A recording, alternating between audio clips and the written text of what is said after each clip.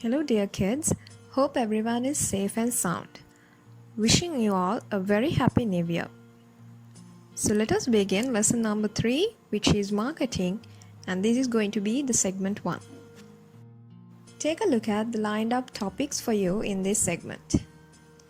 Starting off with what exactly is marketing, role of marketing division or department, objectives of the marketing division, and finally, we have marketing mix.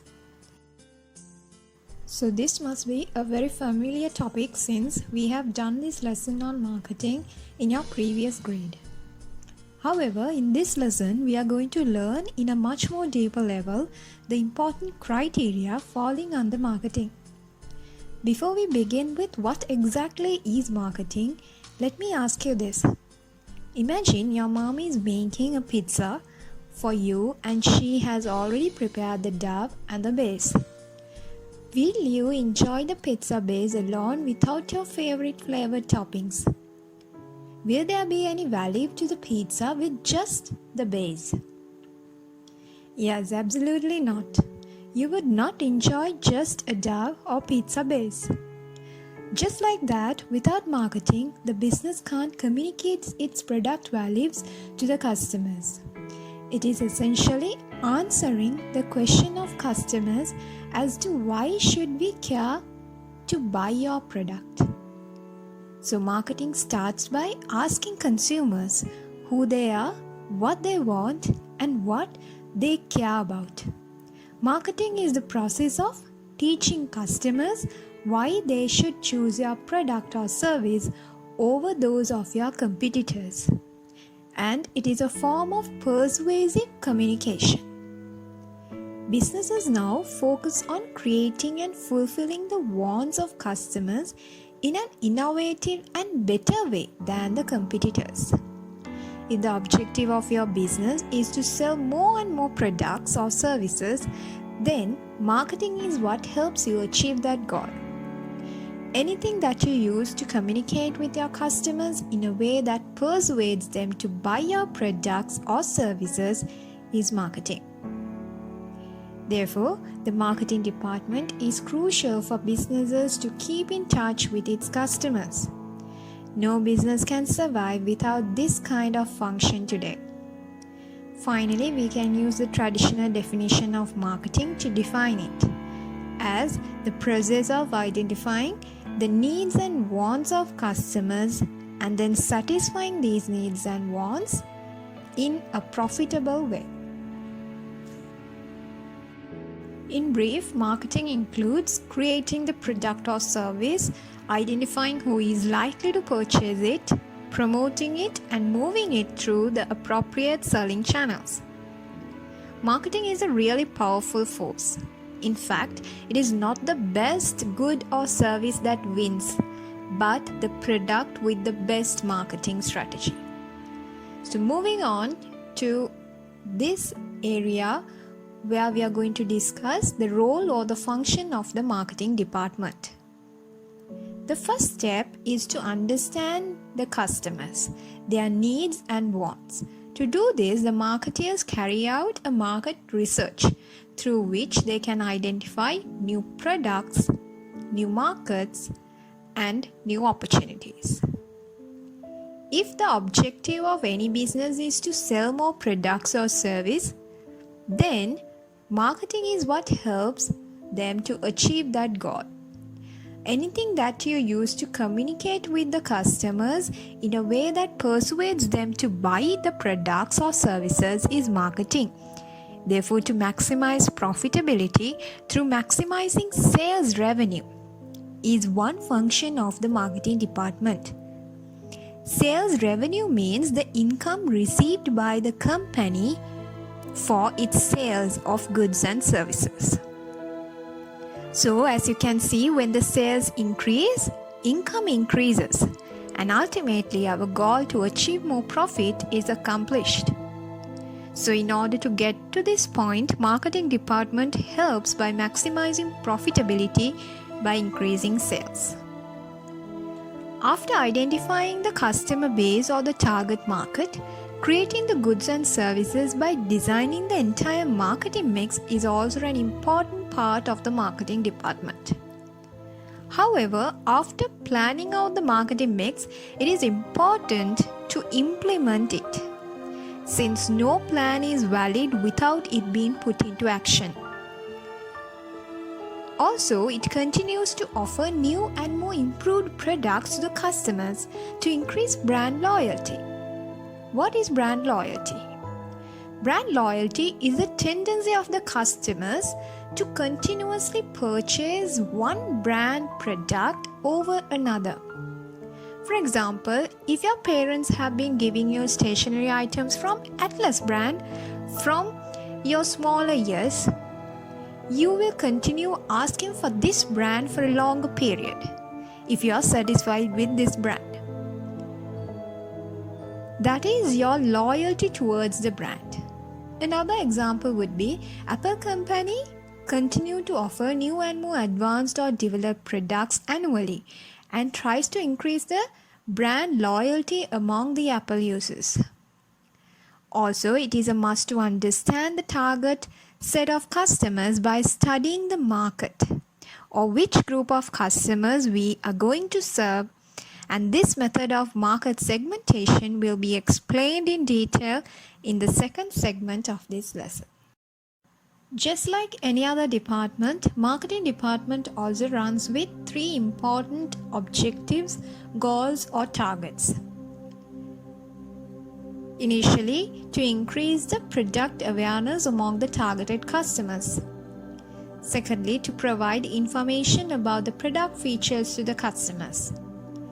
Finally, to increase sales and the brand loyalty among the customers. But just like any goal is harder to be achieved without a proper plan, marketing department also should adhere to a marketing plan, where the famous marketing mix must be outlined. Before launching a product or service, you must decide what you are selling, how many options are available, and how it will be packaged and presented to the consumers. Now we are going to study the famous and the most interesting part of this lesson, which is the marketing mix. The 4 stages of marketing can also be mapped out another popular marketing model known as the 4 P's of marketing or the marketing mix. The 4 P's in this model are product, price, promotion, and place. So what exactly is the marketing mix? A marketing expert named E. Jeremy McCarthy created the marketing 4 P's in the 1960s. This classification has been used throughout the world. This is the 4 key decisions that must be taken in order for effective marketing of a product. Or we can say that it is a set of marketing tools which are used to maximize customer satisfaction and thereby profitability. As you can see the 4 P's again, practice it along with me and do not forget it. Product, price, place, and promotion. Keep in mind the 4 P's are like the 4 wheels of a car. One cannot function without the rest of the 3. They need to function together.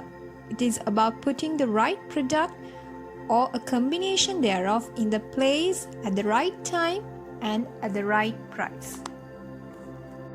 A product is an item that is built or produced to satisfy the needs of a certain group of people. Think of all the products you need to purchase this year, which will satisfy your needs or wants. You will probably have a long list, isn't it? So let's find out what makes a product successful and what are the attributes of a product. The product can be intangible or tangible, as it can be in the form of services or even goods. The goods or services provided in order to satisfy the customer's needs or wants. You must ensure the right type of product that is in the demand for your market. A product is the total experience of the customer when dealing with an organization. So during the product development phase, the marketeer do an extensive research on the life cycle of a product. Marketing department should consider the product attributes or aspects like the brand name, physical appearance, quality, features, packaging when designing the product.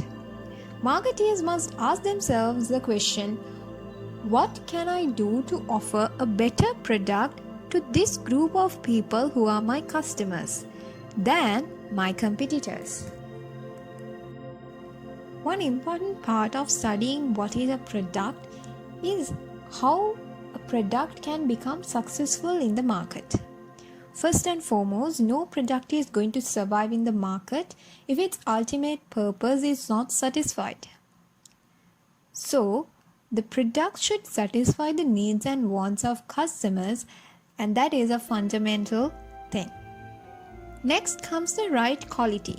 According to the amount paid by the customers, they should be satisfied with the right quality for the price they pay. Then only it comes successful in the market. When producing the product, the cost of production should also be low enough in order to achieve profits. Finally, the design of the product, including the durability, quality, and the attractiveness of the product, should meet the expectations of the customers and match the price of the product while enhancing the brand name. So, if all these factors are taken into consideration properly, then definitely there is a higher tendency to survive in the market by being a successful product. Now let's move on to the second P in the marketing mix, which is the price. The price of a product is basically the amount that a customer pays to enjoy it. Price is a very important component of the marketing mix. Let's find out why. Price is the amount of money charged for a product or service, or the value at which the product is sold. Pricing always helps to shape the perception of your product in the consumer's eyes. However, it should cover the cost of production. Price of a product must be always competitive in order to achieve profits. When setting the product price, marketers should consider the value that the product offers. There are two basic pricing strategies in the market, as high or premium pricing strategy and low or value pricing strategy. Let's now discuss about these two strategies, starting from high or premium price. Companies that use a high pricing strategy deliberately have higher prices than their competitors. That would be basically to indicate luxury or quality. This is ideal for a new product to use the popularity while it's still unique in the market. Businesses can earn more profit. However, this is a short-term strategy, since the competitors soon will launch competitive products that puts pressure on the price. When the world's first commercial portable cell phone was introduced on September 21, 1963 by Motorola Company, it costs customers a whopping US dollars $3,995 at that time. Second type is low or value pricing strategy. Always remember that a low price usually means an inferior good with poor quality in the consumer's eyes as they compare your good to the competitors.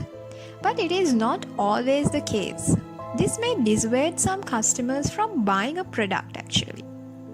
This is a long-term pricing strategy which sets the price below the market price to attract customers. Customers often look for the cheapest product to save money. They will do so only if they see the product as value for money.